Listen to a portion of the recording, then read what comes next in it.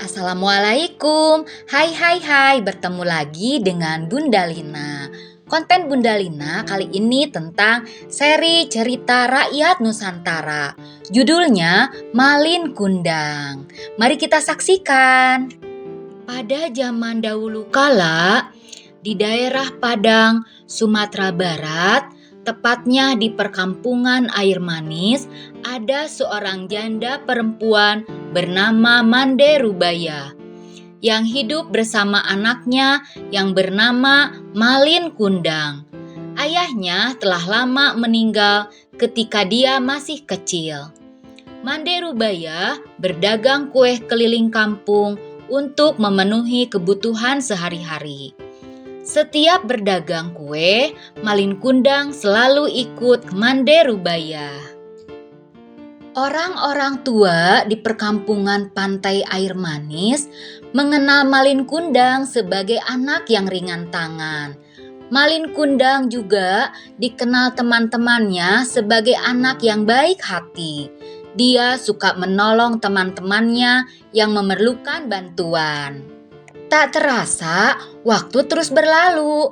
Malin Kundang tumbuh menjadi seorang pemuda yang tampan dan gagah berani.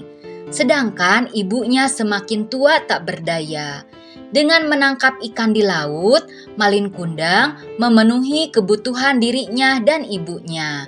Hasil tangkapannya dia jual ke pasar.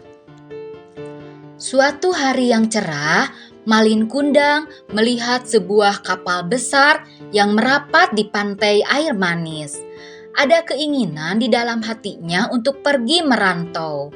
Dia berniat mengubah nasib dirinya. Malin Kundang segera berlari menuju ke rumah menemui ibunya. Dia pun mengungkapkan keinginannya kepada ibunya. Ibunya pun memberi izin kepada Malin Kundang walaupun dengan berat hati. Di pagi yang cerah, Malin Kundang dan para pemuda yang pergi merantau segera menaiki kapal besar tersebut.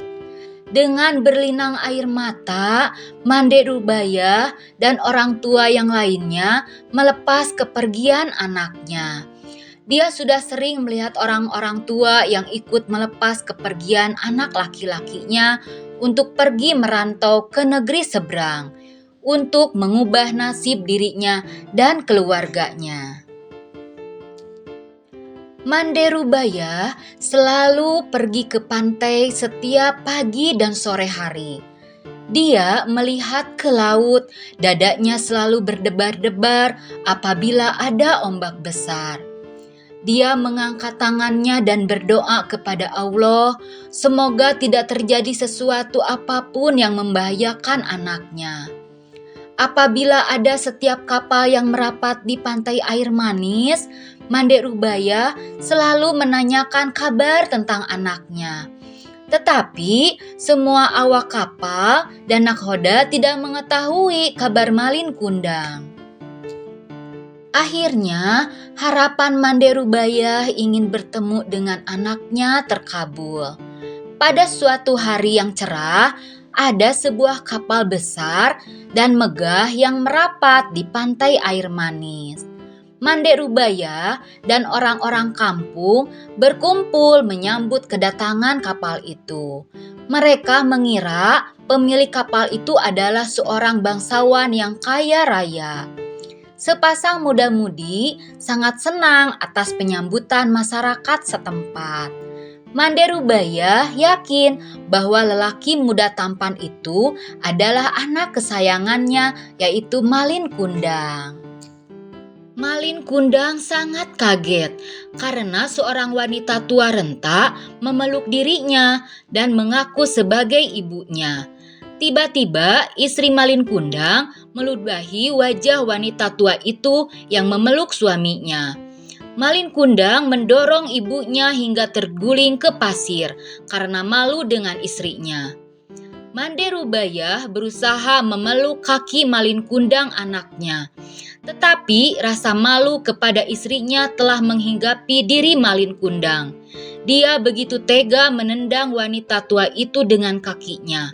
Wanita tua itu pun terpelanting dan pingsan. Setelah Manderubaya sadar dari pingsannya, dia melihat sekelilingnya sudah sepi. Dia melihat kapal Malin Kundang sudah berlayar kembali.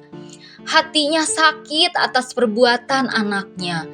Dia pun segera mengangkat tangannya berdoa kepada Allah. Ya Allah yang Maha Kuasa terhadap segala hamba-Nya, jika dia bukan anakku, aku maafkan perbuatannya tadi.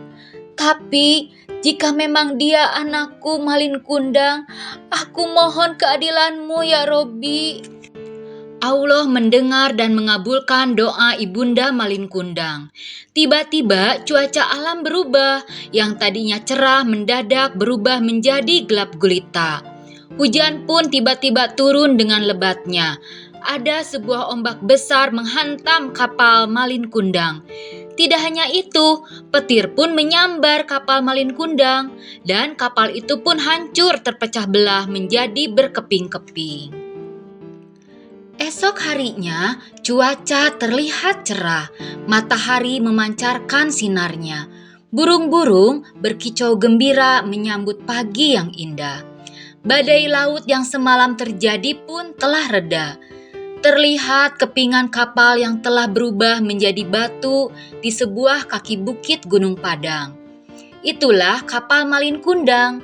Tak jauh dari tempat itu, ada sebongkah batu berbentuk tubuh manusia sedang bersujud. Masyarakat sekitar setempat meyakini bahwa batu itu adalah tubuh Malin Kundang, anak durhaka yang dikutuk oleh ibunya. Alhamdulillah, cerita Malin Kundangnya sudah selesai. Pesan moralnya dari kisah Malin Kundang ini adalah selalu menghormati dan menyayangi ibu, serta tidak melupakan asal-usul maupun keluarga. Sehebat atau sesukses apapun kita di kemudian hari, bersikap rendah hati dan menepati janji adalah kewajiban. Terima kasih ya, dukung terus konten Bunda Lina. Wassalamualaikum.